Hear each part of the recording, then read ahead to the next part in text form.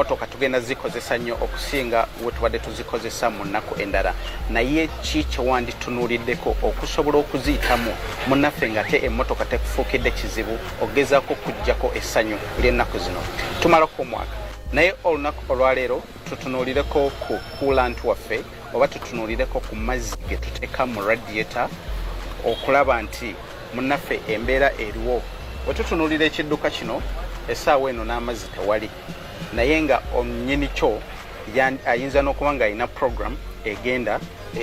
ekaliiti ekannawulemu mu mbeera eno lwaki tutunuulira radiator olunaku olwaleero nti amazzi ge tuteeka mu radiator ge gakola ekyokukkakkanya ebbugumu lya engine okuba nti terisukkawo ku eryo eryalagirwa mu kino tutunuulira okulaba nti amazzi oba coolant gwe tuteeka mu kidduka kyaffe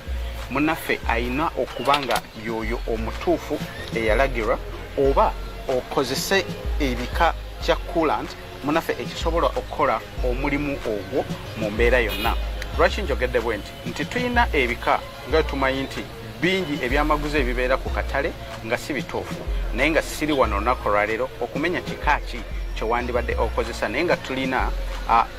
ebyamaguzi ebiri katale naddala nga ebigenda mu bidduka byaffe era nga bano be basinga okukola ebyamaguzi ebyo n'olwekyo mu coolant ono gezaako okulaba nti oteekamu ekika kya coolant ekituufu yongerawo amazzi oba keberawo nga ogenda okusimbula ekidduka kyo sinakindi oyinza okuba otaddemu coolant naye ng'ate radiator etonya amazzi galina we gayita n'ekyo nakyo kyekenneenye kubanga mu mbeera yonna tugezaako okuziyiza engine yaffe okubuguma nga tuli mu nnaku zino tuli mu ngendo zaffe empanvu mu kyo engine ejja kubuguma bw'eneebuguma oba kye tuyita overheat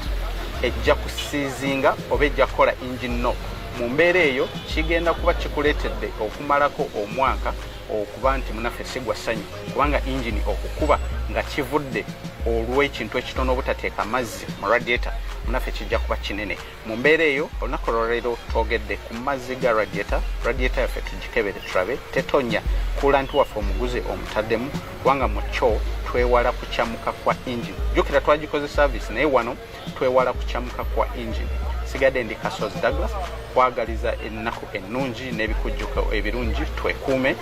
mbeere bulungi